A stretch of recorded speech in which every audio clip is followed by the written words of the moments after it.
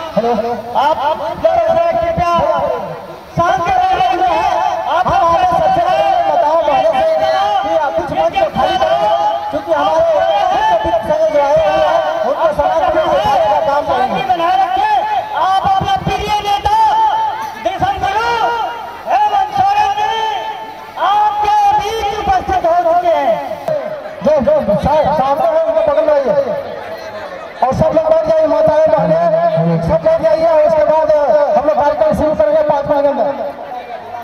माला का स्वागत कर रहे हैं जिसमें शैलेंद्र सिंह नईम साहब, छोटेलाल सोनी जी, राधिका सोनी जी, सभी माननीय मुख्य अतिथि का स्वागत कर रहे हैं। माला देकर सभी को हार्दिक अभिनंदन। गरीबों के मसीहा, गरीबों के लाल डॉक्टर शशि भूषण मेहता, झारखंड के बड़े बड़े के लाल, गरीबों के आवाज, गरीबों के मसीहा हेमंत सोरेन जी उपस्थित है। आज के मुख्य अतिथि जो हिंदू सम्राट माननीय हेमंत सोरेन जी और मोदपुर में स्थित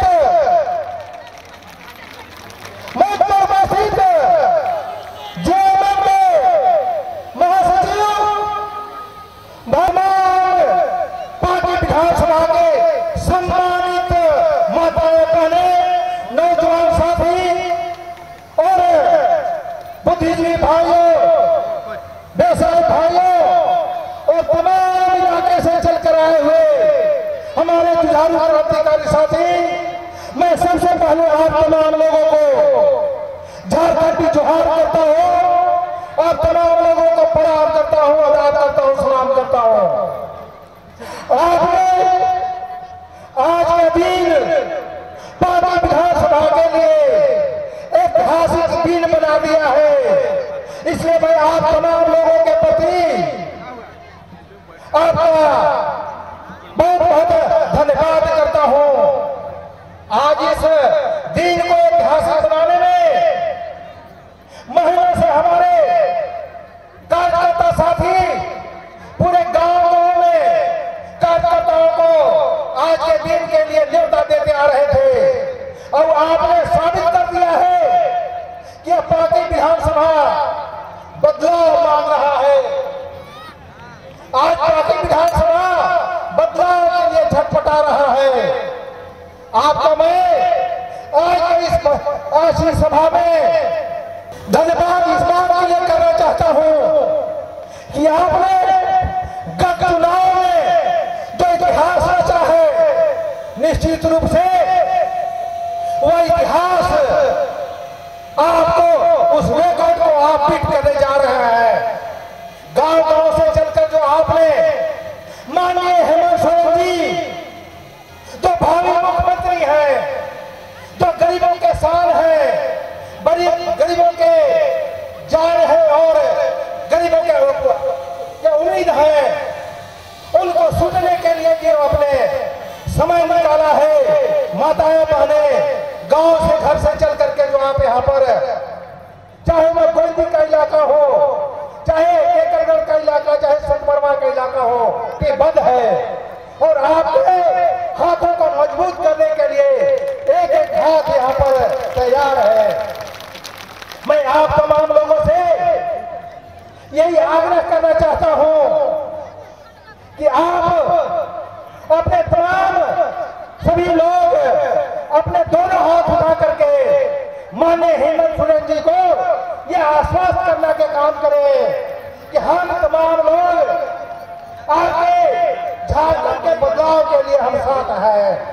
हम तमाम लोगों को धन्यवाद करना चाहते हैं आपके समर्थन के लिए।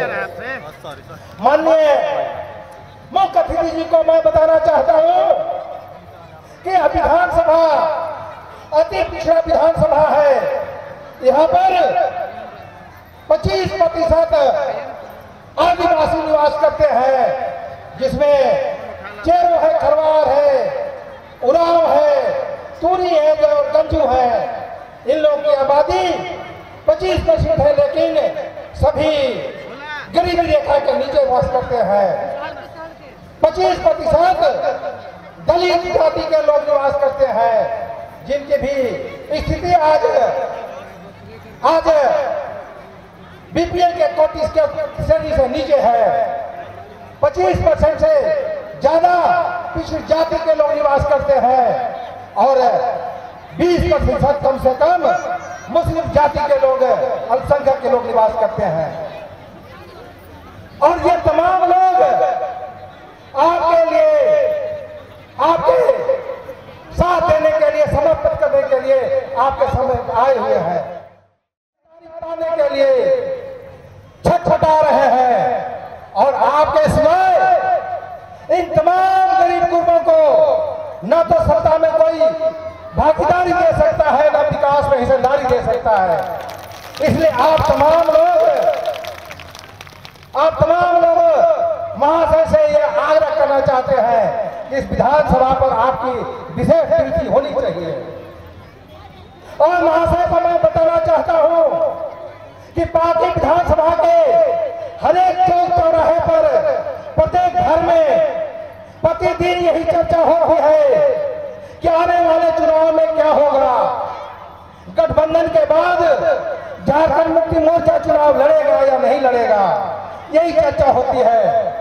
मैं तमाम लोगों को प्रतिदिन आश्वस्त करता हूं कि यह सीट झारखंड मुक्ति मोर्चा को है का है और रहेगा। मैं महाशय से यही आग्रह करना चाहता हूं कि आप जन जन को या महती सभा को आप आश्वस्त करने का जरूर काम करें कि हम झारखंड मुक्ति मोर्चा निश्चित रूप से चुनाव लड़ेगी और चुनाव लड़ने के बाद यहाँ की जनता अपार मतों से, मैं तो यही विश्वास दिलाना चाहूंगा कि सभी उम्मीदवारों को जमानत जब्त करके यह सीट झारखंड मुक्ति मोर्चा के खातों में देगा। यही मैं आपको आश्वस्त करना चाहता हूं। और ज्यादा समय नहीं लेते हुए मैं यही कहना चाहता हूं कि आज आपके सभा को असफल करने के लिए आज 47 गांवों में आंगनबाड़ी का चुनाव करा करके 47 हमारे गांवों के भाई बहनों को रोकने का काम किया गया है। और सत्ताधारी दल के द्वारा सत्ताधारी दल के द्वारा ऑर्केस्ट्रा पार्टी का आयोजन तरह से कराया गया है जिससे उधर के लोग आ नहीं सके। लेकिन आपके प्रति जितने समर्पित हैं, गरीब गुरबा तमाम सारे जो लोग समर्पित हैं, वैसे ऑर्केस्ट्रा फर्स्ट को तिरानी दे करके धाता बताते हुए आपकी बात सुनने के लिए आए हुए हैं। मैं इन तमाम लोगों को धन्यवाद करना चाहता हूं। मैं ज्यादा समय नहीं लेते हुए, क्योंकि आप हमारी बात को बराबर सुनते हैं, आप जिन्हें सुनने और देखने आए हैं, माननीय हेमंत सोरेन जी जो युवा हृदय सम्राट है, करोड़ों दिलों के धड़कन है, गरीबों के उम्मीद है और बेजुबानों के जुबान है, आपके सामने उपस्थित है। मैं अपना सारा समय माननीय आपके हमारे नेता माननीय हेमंत सोरेन जी को देते हुए आप तमाम लोगों को से विदा लेना चाहता हूं और धन्यवाद करना चाहता हूं। हेमंत सोरेन जिंदाबाद, गरीबों का मसला हेमंत सोरेन जिंदाबाद, शिबू सोरेन जिंदाबाद, शिबू सोरेन जिंदाबाद, गरीबों का मसला। 5 दिनों की यात्रा के बाद आज ये संघर्ष यात्रा पहुंची पहुंचा है और इस दौरान जिस तरीके से जन सैलाब और आम लोगों ने इस संघर्ष यात्रा को अपनाया है और प्यार दिया है, ये भी मेरे लिए बहुत आश्चर्य की बात है। जब हमने ये संघर्ष यात्रा शुरू किया था तो थोड़ा मन में हिचक था कि पता नहीं क्या होगा, हमारे इस यात्रा को का लोग समर्थन करेंगे कि नहीं करेंगे, ये चिंता बना हुआ। लेकिन झारखंड मुक्ति मोर्चा का सिपाही होने के नाते हम परिणामों की चिंता कम करते हैं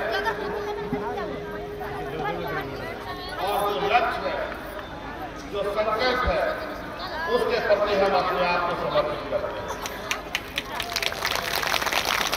और आज उसी का परिणाम है कि आदरणीय गुरु जी जैसे लोगों ने जब अलग राज का परिकल्पना किया था तो हमसे भी नौजवान प्रश्न हुआ करते थे। जब इन लोगों ने ये बात सोचा और लोगों को बताया कि अलग राज लेना है तो सामंतवाद लोग इनके इस बात को सुनकर जग हंसाई करते थे। आदरणीय गुरु जी पर लोग तंग करते थे कि ये आदिवासी अलग राज लेने का बात करता है, ये लोग तो हड़िया दारू पी करके पेड़ के नीचे पड़ा रहने वाला समाज है, इन लोग क्या राज लेगा, ये लोग बोलता था। लेकिन एक लंबा संघर्ष और संकल्प और लक्ष्य को लेकर आदरणीय गुरु जी ने 40 साल 50 साल संघर्ष किया और ये अलग राज हम लोगों को मिला। तो हम उसी संगठन के सिपाही हैं। अलग राज तो हमारे संगठन में हमारे नेताओं ने अनेकों बलिदानी अनेकों कुर्बानी के बाद, अनेक महिलाओं के बांध से सिंदूर जड़ने के बाद, अनेक नौजवान के सर से पिता का साया उठ जाने के बाद, अनगिनत लोगों के शहादत के बाद ये राज मिला। और इस क्षेत्र में बसने वाले आदिवासी, दलित, पिछड़ा, अल्पसंख्यक, किसान, मजदूर सदियों से शोषण होता रहा है और इस शोषण के विरुद्ध इस राज्य के अंदर अनेकों महापुरुषों ने जन्म लिया और उसको बचाने का काम किया। आज ये पलामू वरमंडल नीलांबर पीतांबर जी की वीरभूमि इसका गवाह है। आज इस राज्य में भगवान बिरसा मुंडा की जन्म एक गवाह है। आज इस राज्य में सिद्धू कानू का जन्म एक गवाह है। आज इस राज्य में बुद्धू भगत का जन्म वो भी एक गवाह है। आज इस राज्य में अनेकों से भिखारी जैसे लोग इस राज्य के गवाह है। जिन्होंने यहाँ के आदिवासी, मूलवासी, दलित, पिछड़ों के हक अधिकार की लड़ाई सदियों से लड़ते आ रहे हैं। और आज राज तो मिल गया। राज लेने वाले सिपाही लोग आज बूढ़े हो गए, लेकिन उन सिपाहियों का सपना आज के दिन में भी अधूरा है। और वो अधूरा इसलिए है कि जब राज लेने की बात थी और जब राज लेने की संघर्ष चल रही थी, उस समय राज अलग के करने वाले के विरुद्ध जो लोग खड़े थे, जो लोग नहीं चाहते थे राज अलग होने करने के लिए, जो लोग कभी नहीं चाहा कि राज अलग हो, उन लोगों ने इस राज को 18 सालों तक चलाया है। और आज अलग राज हुए 18 साल हो गए और अलग इन 18 सालों में राज की स्थिति इन भारतीय जनता पार्टी के लोगों ने बद से बदतर बना दिया। और अंत में फिर से आदरणीय गुरु जी ने और झारखंड मुक्ति मोर्चा के सिपाहियों ने संकल्प लिया कि ये राज खून पसीने से लिया हुआ ये राज है और ये भारतीय जनता पार्टी के लोग इस राज को बर्बाद और तबाह करने में लगे हैं। इसलिए एक और संघर्ष और संकल्प की आवश्यकता है और भारतीय जनता पार्टी को इस राज से खदेड़ने का प्रयास करना होगा, तभी ये राज बच सकता है।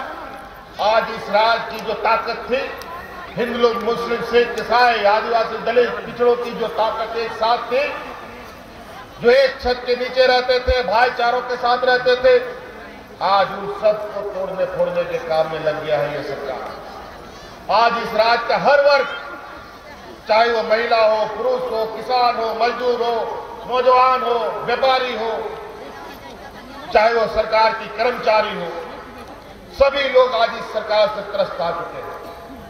आज इस राज में जो कभी कलंक नहीं लगा, इस सरकार के नियत की वजह से वो कलंकें भी लगना शुरू हो गई। आज इस राज में कभी किसान आत्महत्या नहीं करता था, आज इस सरकार की नियत और मंशा की वजह से यहाँ पर दर्जनों किसानों ने आत्महत्या किया। आज इस राज में कभी लोग भूखा नहीं मरा था, इस सरकार के गलत नीति और निरंकुशता की वजह से इस राज में लोग लाल कार्ड हाथ में ले करके अपनी जानें गंवाई। आज सरकार के गोदाम में अनाज सड़ जाता है, लेकिन गरीबों को अनाज नहीं मिल रहा। आज बूढ़े बुजुर्गों का पेंशन बंद है। आज हमारे नौजवानों के पढ़ने की छात्रवृत्ति नौजवानों को नहीं मिल रहा है। ऐसे अनेकों समस्याओं से ग्रसित ये राज धीरे धीरे बीमार राज बनता जा रहा है। आज इसलिए इस राज में यहाँ का मूलवासी आदिवासियों की सरकार बने, इसके लिए ये हम लोगों ने संघर्ष यात्रा निकाला है। आपके लिए संघर्ष यात्रा हमने निकाला है। कोई अल्पसंख्यकों पर जुल्म न हो, इसके लिए ये संघर्ष यात्रा हमने निकाला है। कोई सरकारी कर्मचारी की जाने ना जाए, इसके लिए हम लोगों ने संघर्ष यात्रा निकाला है। आज बहुत चारागाह बना लिया इस राज को। आज इस राज के नौजवान सड़कों पर भीख मांगने के लिए मजबूर है और नौजवानों की रोजगार यूपी, बिहार, हरियाणा के लोगों को दिया जाए करने पर होने पर मजबूर कर दिया और उनके जिले पर दूसरे राज्यों से, दूसरे जिलों से लोग आकर के नियुक्ति ले रहे हैं और यहाँ के नौजवान टुकुर देख रहा है। इसलिए नौजवानों के भविष्य के साथ हम लोग संघर्ष यात्रा हम लोगों ने निकाला। विशेष कर नौजवान साथियों को हम कहना चाहेंगे, आपको पता है और आप जान रहे हैं कि आपके ऊपर कितने ये सरकार जुल्म उठा रही है। इसके बावजूद भी अगर दोबारा भारतीय जनता पार्टी सरकार में आई तो निश्चित रूप से आप और आने वाली हमारी पीढ़ी सड़कों पर भीख मांगते हुए नजर आएगी। साथ इसलिए कमर कसना है। आने वाला समय आप लोग एक नौजवान झारखंड का चुनाव करेंगे। 18 वर्ष का ये राज होगा। ये नौजवान राज का चुनाव आपके हाथ में होगा और हम चाहते हैं इस नौजवान राज का चुनाव आप करें और इस नौजवान राज का प्रतिनिधित्व भी नौजवान लोग करें, ताकि हम और हमारी आने वाली पीढ़ी सुरक्षित हो सके। हमारे बड़े बुजुर्गों ने ये राज हम लोगों को दिया है, खून पसीने से कई आंदोलन के बाद ये राज बना। अगर हमने इसकी महत्व को भुला दिया तो जो शोषण राज अलग से पहले इन क्षेत्रों में हुआ करता था, जो महाजनों का, सामंतों का जो तांडव हुआ करता था, उससे भी बदतर दिन देखने को मिलेगा। आज ये सरकार आदिवासियों को आदिवासी से, दलितों को दलितों से, पिछड़ों को पिछड़ों से, हिंदू मुस्लिम तक एक दूसरे से लड़वा का काम कर रहा है। आज आपकी इस बड़वा का ही घटना को आप देखें, अल्पसंख्यक भाइयों के साथ क्या जुर्म हुआ, सरकार ने कोई सुधि नहीं ली और अंतर्गत हाई कोर्ट के माध्यम से इसकी जांच बता दी। आज कई ऐसी घटनाएं यहाँ पर ग्रामीण क्षेत्र में आज की दिन में भी हमारे लिए कोई आधारभूत संरचनाएं नहीं बन पा रही।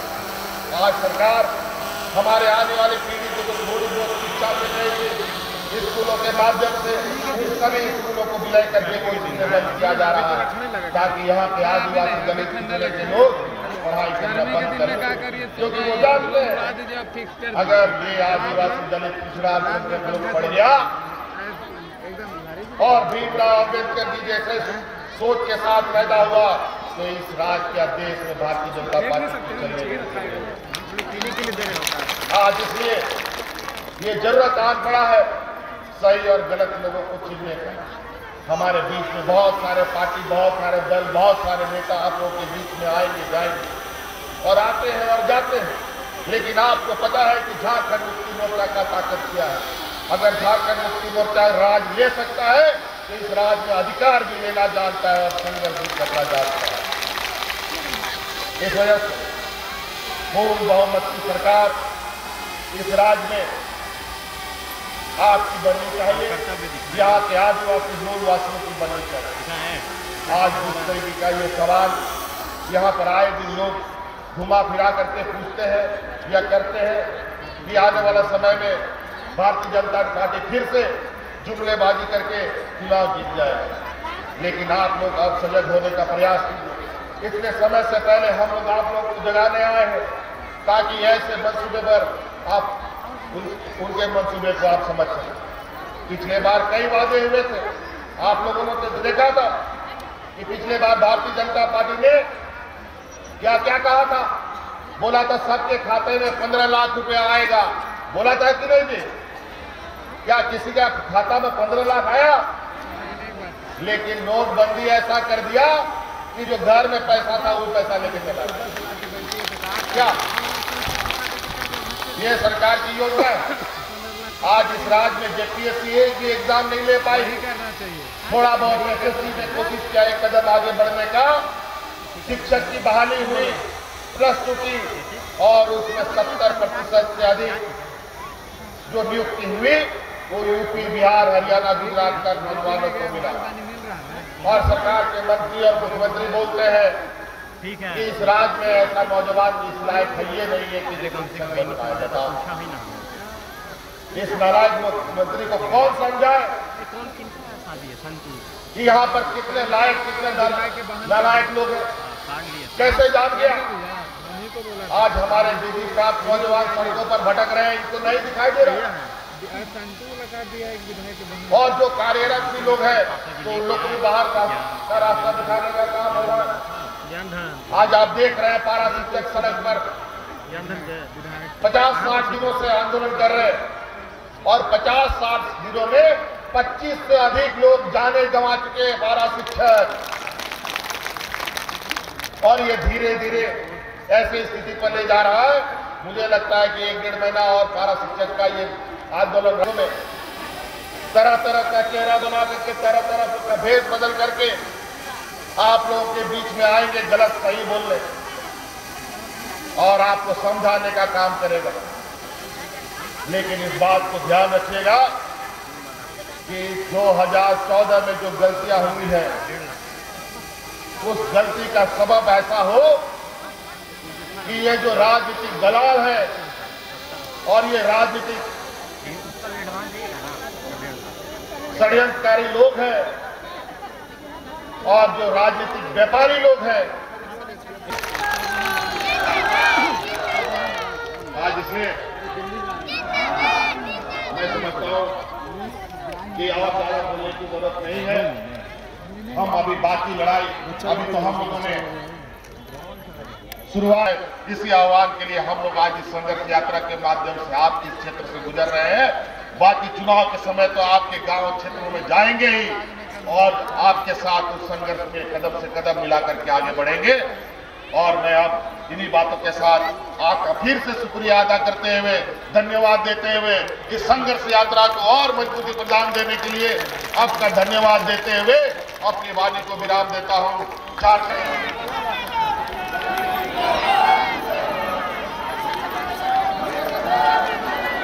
बहुत बहुत धन्यवाद। अभी हम सबों के बीच माननीय मुख्य अतिथि संबोधित करने का काम कर रहे हैं। कोई ऐसा पार्टी नहीं है कि कल्याण करेगा। अवगत होकर आज कुछ भागना है भाइयों से कि शांति बनाए रखें, सभी कृपया शांति बनाए रखें।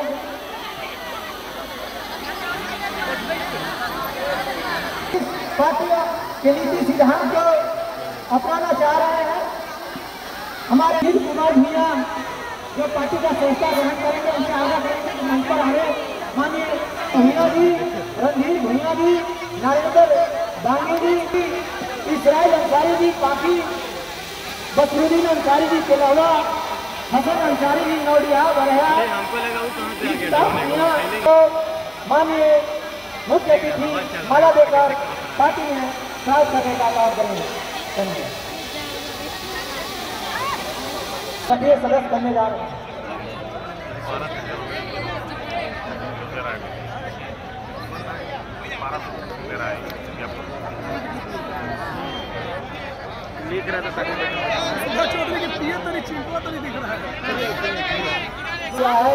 भगत सिंह भैया भी नजर आ रहे हैं उसकी संघर्ष यात्रा में। जफर भैया भी सभी मिलकर कुलदीप यादव, चंद्रदेव यादव सभी को मैं अभिनंदन करते हैं। इस सभा को सफल बनाने में आप लोग जिस तरीके से आए हुए हैं आगे आएंगे।